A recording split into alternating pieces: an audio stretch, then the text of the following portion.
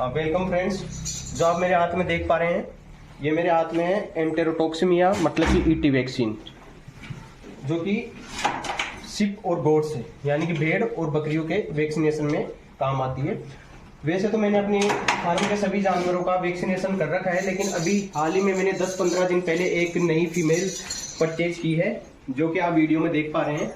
लेकिन पिछले मालिक ने इसका वैक्सीनेशन किया है या नहीं किया, इस चीज़ के बारे में मुझे पता नहीं है। यही कारण है कि आज मैं इसका वैक्सीनेशन आपको ईटी का किस तरह करना है, कैसे किया जाता है, उसकी डिटेल दूंगा। किस तरह से इस सिरिंज सबकट रूट से लगाई जाती है वो मैं आपको बताऊंगा। लेकिन दोस्तों, उससे पहले मैं आपको बताना चाहूंगा कि एंटेरोटॉक्सिमिया, जिसे अपन खिड़कियां भी कहते हैं, ये रोग होता क्या है। दोस्तों, ये मेनली जो है बकरियों में आने वाली बहुत ही खतरनाक बीमारी है। ठीक है, ये इस तरह की बीमारी है कि इसका शायद ही वेटरनरी साइंस में शायद ही इलाज है। ये होता कैसे है दोस्तों, ये जो है एक बैक्टीरिया होता है जो कि बकरी की रुमेन में पाया जाता है, जिसका नाम है क्लोस्ट्रीडियम पेरिसिनेस। ये बैक्टीरिया जानवर या अपन बोले कि बकरी आपकी हाथ में पाया जाता है। दूसरी चीज, ये जो एंटेरोटॉक्सिमिया जो बीमारी होती है, इसे ओवर ईटिंग डिजीज के नाम से भी जाना जाता है। ओवर ईटिंग डिजीज का मतलब बकरियां ज्यादा खा ले, उससे होने वाली बीमारी। ठीक है, तो दोस्तों, इसके लिए ये है कि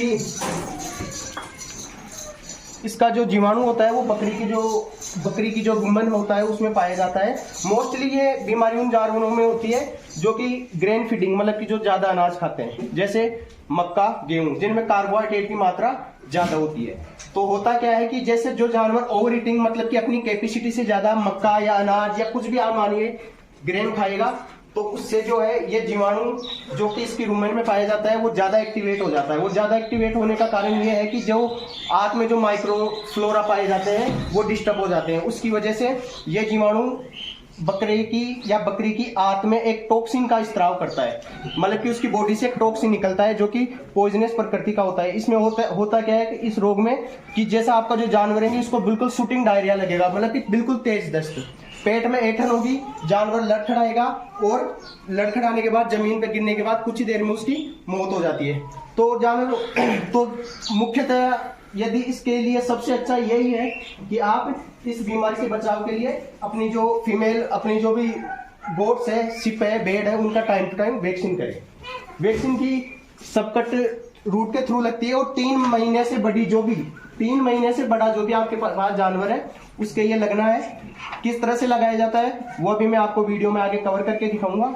साथ ही साथ ये वैक्सीन करने से 10 से 15 दिन पहले या 5 दिन पहले जानवर की डीवार्मिंग जरूर, किसी भी तरह का दोस्तों आप वैक्सीन करें, पीपीआर हो, चाहे इसे एफएमडी हो, एंटेरोटॉक्सिमिया हो, किसी भी तरह का वैक्सीन करने से पहले आपको जानवर की डीवार्मिंग जरूर करवानी है। इससे होगा क्या कि जो आपका जो वैक्सीन है वो उसमें डबल काम करेगा। तो आइए दोस्तों, ये किस तरह से लगाया जाता है मैं आपको वीडियो में कवर अप करके बताता हूँ। आइए जी, अब मैं आपको दिखाऊंगा कि किस तरह से ये वैक्सीन किया जाता है। ये देखिए सिरिंज है और ये जो आप बोतल से इसमें जो है निडल में 2 ml का जो है ये आप दवाई की जो डोज है इसमें आप डाल लेंगे।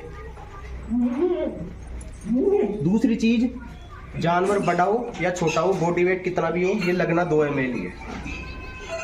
लगाने के लिए जैसे ये फीमेल है, इस फीमेल को इस तरह से पकड़ेंगे, सबकट का मतलब चमड़ी में, इस तरह से हैंड से इसकी स्किन को पुल करेंगे, इस तरह से नीडल अंदर लगाए और इस तरह से इस नीडल को अंदर की तरफ इंजेक्ट कर देंगे। इस तरह से जो है अपना वैक्सीन कंप्लीट हो जाता है। दूसरी चीज, जब एक बार आप वैक्सीनेशन करेंगे, जो इसका जो डोमिनेंट जो बकरी के जो शरीर पर असर है वो 6 महीने तक रहेगा। और यदि आप इसकी 14 डेज यानी कि 14 दिन के बाद में बूस्टर डोज लगाते हैं तो फिर वो जो इसका टाइम पीरियड है वो सेफ जोन में 1 साल के लिए चला जाता है। ठीक है, शुक्रिया दोस्तों।